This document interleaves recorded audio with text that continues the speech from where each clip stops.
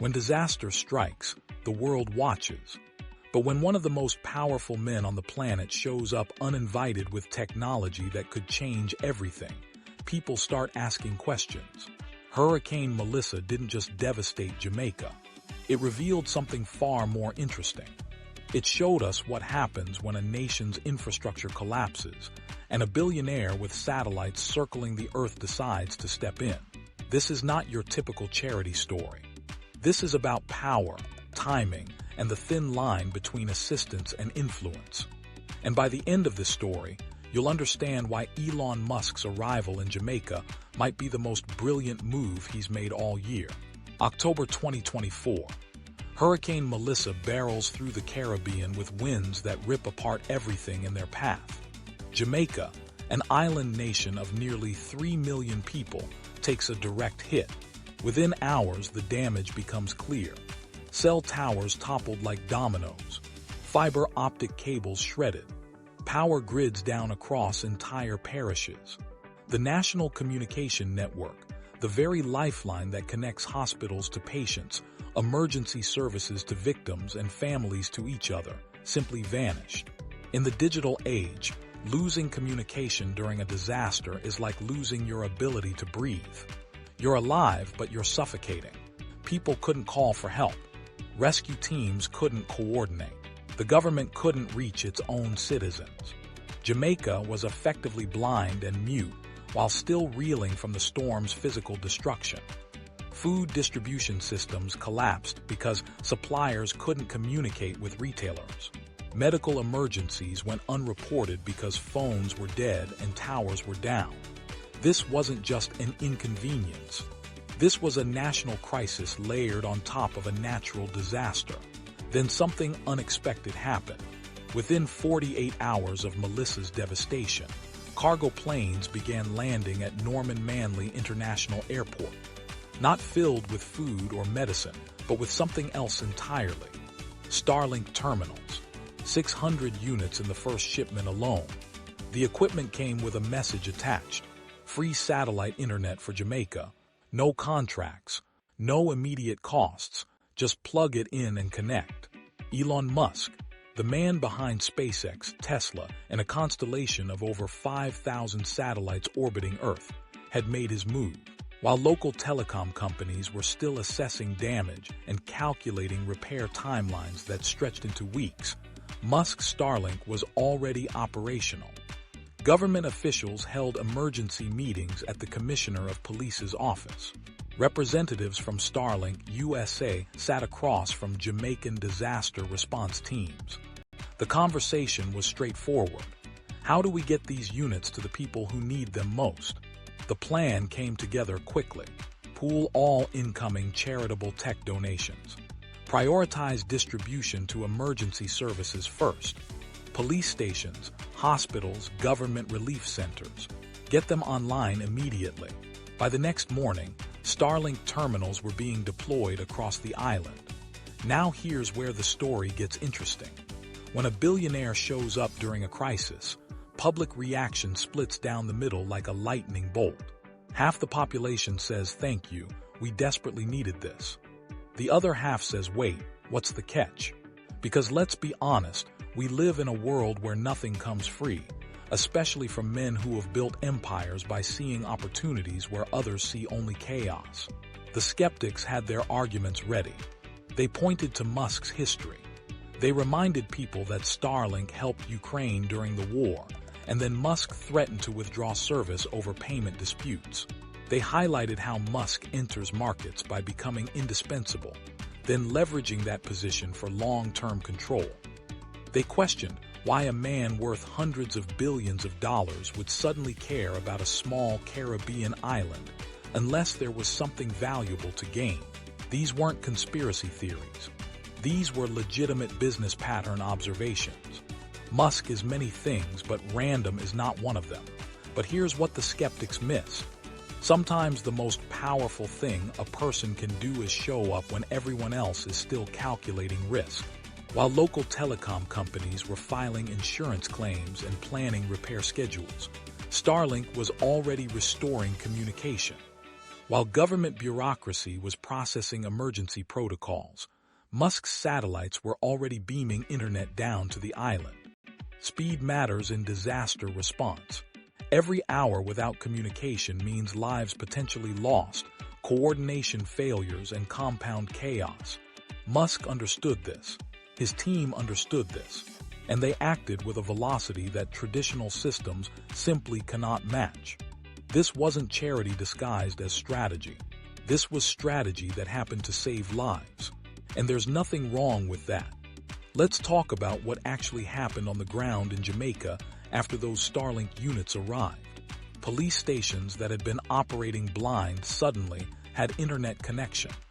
They could coordinate patrol routes, share information about blocked roads, and communicate with communities cut off by flooding. Hospitals that couldn't access patient records or contact specialists in Kingston now had reliable connectivity. Emergency management teams could pull up satellite imagery, weather data, and resource allocation maps. The Jamaican government could finally do its job. But more importantly, ordinary Jamaicans in affected areas could contact family members, let loved ones know they were safe, and access critical information about relief efforts. This wasn't about corporate expansion. This was about human connection being restored when it mattered most. Before we go further, I want to ask you something. If you're finding value in this deep dive into what really happened in Jamaica, hit that subscribe button right now. We're pushing hard to reach 10,000 subscribers, and your support means we can keep bringing you stories that go beyond headlines. Stories that ask the questions everyone's thinking but nobody's investigating. And drop a comment below. Tell me, do you think Elon Musk is a hero for what he did in Jamaica, or do you see a different angle to this story? I read every single comment, and your perspectives shape future content. Now let's get back to Jamaica. Here's a fact that most people don't consider. Jamaica's communication infrastructure, like that of many Caribbean nations, was built using 20th century technology. Cell towers that depend on ground-based power. Fiber optic cables that run through hurricane-prone areas. Systems that were designed before climate change made storms more frequent and more devastating. Hurricane Melissa didn't just expose weakness, it exposed obsolescence. The traditional model of telecommunications in hurricane zones is fundamentally flawed. You build towers, they get knocked down. You repair them, the next storm knocks them down again. It's an expensive, endless cycle that leaves populations vulnerable every single hurricane season. Starlink represents a completely different paradigm. Satellites don't care about ground conditions. They don't get knocked over by wind. They don't flood. They don't need local power grids. They just orbit overhead, constantly available, waiting to connect with terminals on the ground. This is not incremental improvement. This is revolutionary infrastructure redesign. Now let's address the elephant in the room: control and dependency. The concern that Jamaica might become reliant on a private company, on one man's technology, for critical communication during emergencies. This is a valid concern. National security experts think about these scenarios. What happens if Musk decides to shut off service? What happens if Starlink becomes expensive after the free period ends? What happens if Jamaica builds its emergency response around this technology and then loses access? These are serious questions that deserve serious answers. But here's the counterpoint. Jamaica was already dependent on vulnerable infrastructure that failed catastrophically during Melissa. The question isn't whether Jamaica should be dependent on something. Nations are always dependent on infrastructure. The question is what kind of dependency is more resilient, more reliable, and more likely to work when you need it most. A dependency on ground-based towers that hurricanes destroy every few years, or a dependency on satellite technology that continues functioning regardless of ground conditions. Elon Musk is not a saint. Let's be clear about that. He's a businessman who's made controversial decisions, posted inflammatory content on social media, and run companies with well-documented workplace issues. But he's also a man who's fundamentally changed multiple industries by refusing to accept that things have to work the way they've always worked. He looked at space travel and said we can make rockets reusable. He looked at electric vehicles and said we can make them desirable. He looked at global internet coverage and said we can reach anywhere on Earth from space. And when Hurricane Melissa hit Jamaica, he looked at a communication crisis and said we can fix this in 48 hours. That's not villainy. That's not exploitation. That's problem solving at a scale most people can't even imagine. Consider what didn't happen in Jamaica. Musk didn't show up with contracts demanding immediate payment. He didn't require government concessions or regulatory fast-tracking. He didn't use the crisis to negotiate advantageous business terms. He sent equipment. He provided service. He let Jamaicans use it when they needed it most. Could this be part of a longer-term business strategy? Absolutely. Starlink is a company that needs customers, and demonstrating value during crisis is smart marketing. But smart marketing that saves lives and restores communication during disaster is still saving lives and restoring communication. The motivation doesn't erase the outcome. Let's talk about Precedent, because Jamaica isn't the first place Starlink has deployed during crisis. When war broke out in Ukraine and Russian forces targeted communication infrastructure, Starlink terminals arrived within days. Ukrainian military and civilian networks stayed online, even as ground-based systems were destroyed. Critics said Musk was inserting himself into geopolitics. Supporters said he was helping democracy survive against authoritarian aggression. Both perspectives had merit, but here's what's undeniable. Those Starlink terminals worked. They kept Ukraine connected. They enabled coordination. They provided communication when traditional infrastructure failed. The same pattern emerged after earthquakes in Turkey and Syria, after floods in Pakistan, after wildfires in remote areas of the United States. Starlink appears, provides connectivity, and demonstrates that satellite internet can fill gaps that traditional systems cannot. Jamaica represents something bigger than one island's recovery from one hurricane. Jamaica represents a test case for Caribbean resilience in the age of climate crisis. Hurricanes are becoming more frequent and more powerful. Small island nations face existential infrastructure challenges.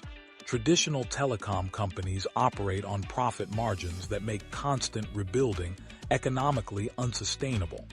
Something has to change. The choice facing Jamaica and similar nations isn't between accepting Musk's help or maintaining pure independence. That's a false dichotomy. The real choice is between adapting to new technological realities or continuing to rely on infrastructure that climate change is making obsolete. Starlink isn't perfect, but it's functional. It's resilient. And during Hurricane Melissa, it was there when nothing else was. Here's what happened in the weeks following Starlink's deployment in Jamaica. Government ministries that received terminals reported near normal communication capability despite ongoing infrastructure damage.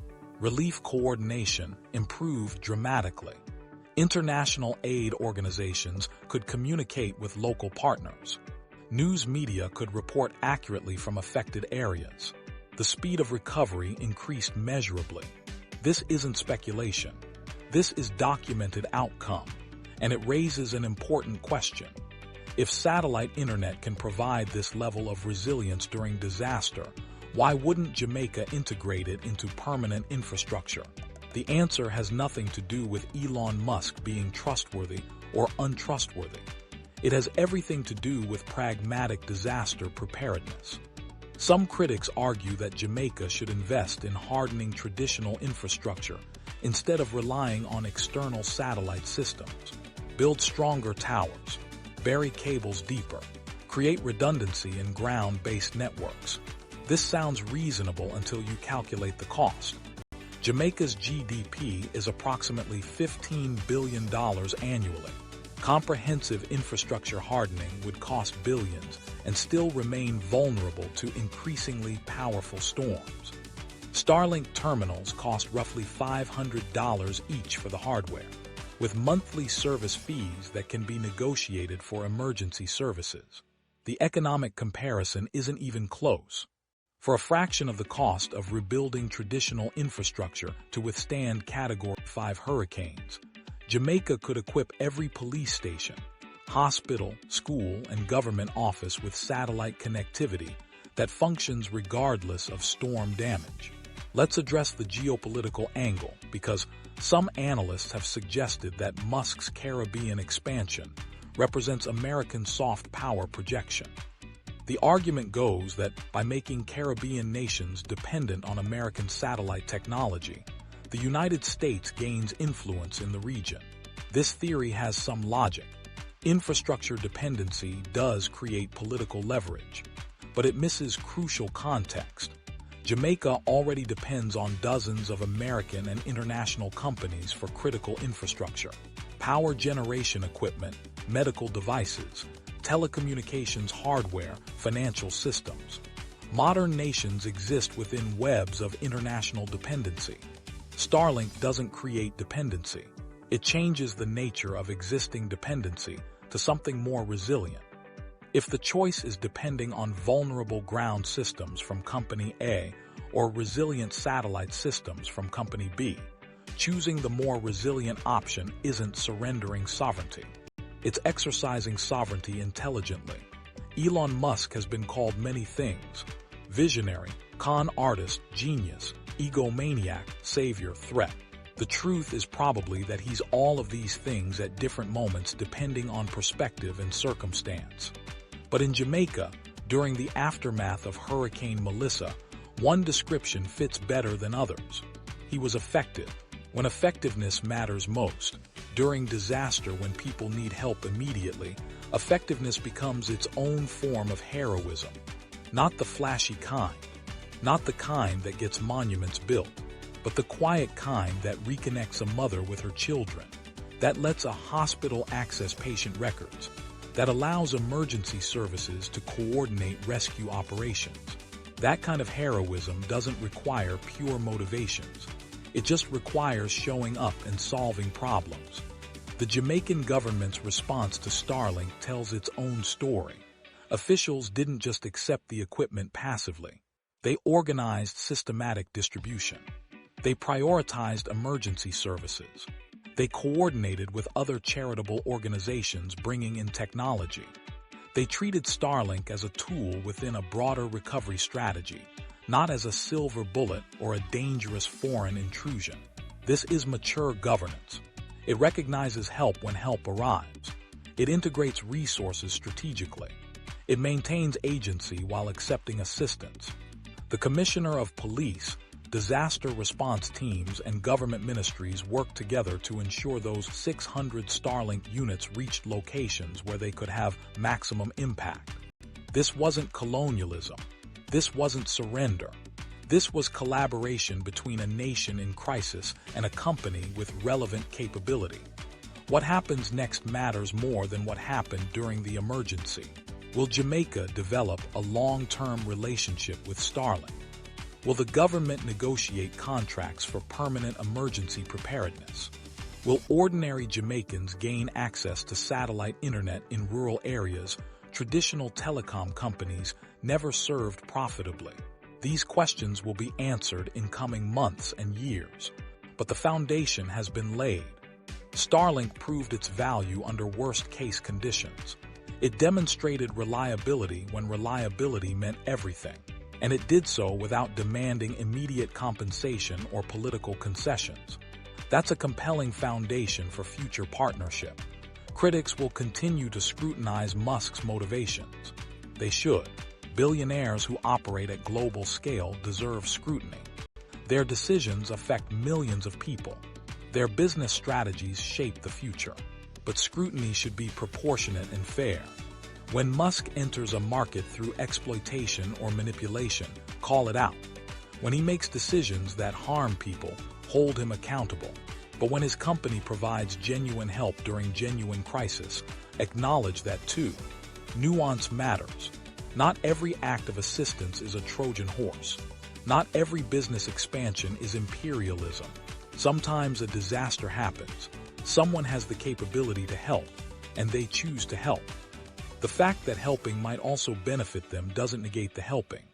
Jamaica's experience with Hurricane Melissa and Starlink offers lessons for other small island nations, for disaster-prone regions worldwide, for anyone thinking about infrastructure resilience in an era of climate crisis.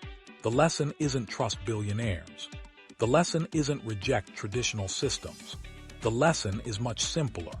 When technology exists that can keep communities connected during disaster, ideology shouldn't prevent its deployment. Whether that technology comes from a government program, a traditional telecom company, or a controversial billionaire's satellite network, doesn't matter as much as whether it works when people need it. Hurricane Melissa proved that Starlink works. Everything else is commentary. So what does Elon Musk want from Jamaica? Maybe he wants a foothold in Caribbean telecommunications. Maybe he wants to demonstrate Starlink's value to other island nations. Maybe he wants good publicity. Maybe he genuinely wanted to help people suffering after a devastating hurricane. Probably he wants all of those things simultaneously, because humans, even billionaire humans, contain multitudes. But here's what Jamaica got from Elon Musk. Communication when communication had failed. Coordination when coordination meant saving lives. Connection when connection meant hope. Whatever Musk's wants might be, Jamaica's needs were met. And in the immediate aftermath of disaster, that's what heroism looks like. Not perfect, not purely motivated, but present and effective when it mattered most. The rest is just noise. If this story changed how you think about technology, disaster response, or what it means to help during crisis, do me a favor. Share this video with someone who needs to hear it. Leave a comment telling me whether you think Elon Musk is the hero Jamaica needed, or if you see this situation differently. Your perspective matters. And if you haven't subscribed yet, what are you waiting for? We're building a community of people who think critically about the stories that shape our world. Hit that subscribe button and join us on the journey to 10,000 subscribers. Thanks for watching. I'll see you in the next one.